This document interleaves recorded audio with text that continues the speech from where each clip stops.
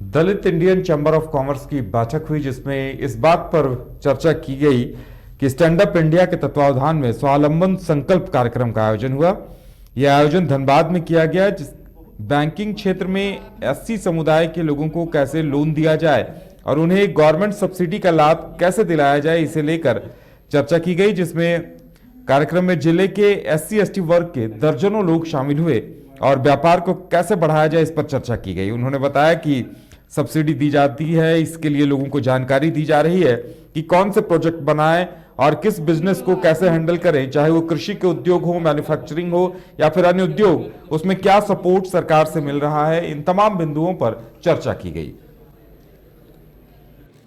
कुछ ऐसे सीट भी रहते हैं प्राइवेट सेक्टर में भी जो 4% मान के चलिए कि उसका रिजर्व रहता है। जैसे इंडियन ऑयल में अगर टैंकर की व्यवस्था हो तो वहाँ क्या है कि अब शेड्यूल कास्ट का भी एक प्रपोजल है वहाँ कि जैसे अब 10 लाख गाड़ी का मान लिए देना हो, जनरल लोगों के लिए 10 लाख जमा करना पड़ेगा तब जाके कहीं वो फाइनेंस होगा, और शेड्यूल कास्ट के लोगों को 1 लाख रुपया के साथ डिक्की के सौजन्य से वहाँ 1 लाख में फाइनेंस भी हो गया और 5 साल के लिए वो किसी को पैरवी करने की भी आवश्यकता नहीं है और वहाँ लग गया। इसी तरह छोटा छोटा उद्योग के लिए भी जो फंड समझ जाइए कि मिलना चाहिए, वो डिक्की के माध्यम से वो बहुत ज़्यादा ही प्रभावित, और बैंक से भी उनकी कंसल्ट है। तो हम लोगों के लिए, एक दलित वर्ग के लिए बहुत अच्छा एक सुविधा था यह कार्यक्रम कराने को।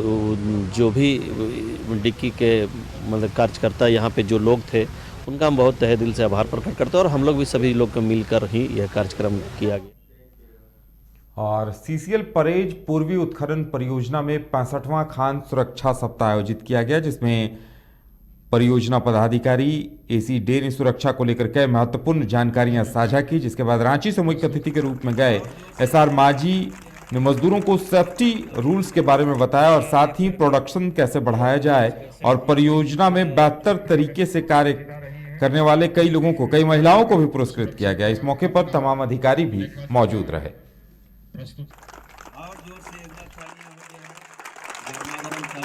जो है माइंस में सेफ्टी के लिए काफ़ी जागरूकता है, और ये जो हमारा लक्ष्य है जीरो हार्म, जो है जीरो हार्म पहुँचने के लिए ये सेफ्टी वीक काफ़ी कामगार ये जो है ये अच्छा साबित होगा।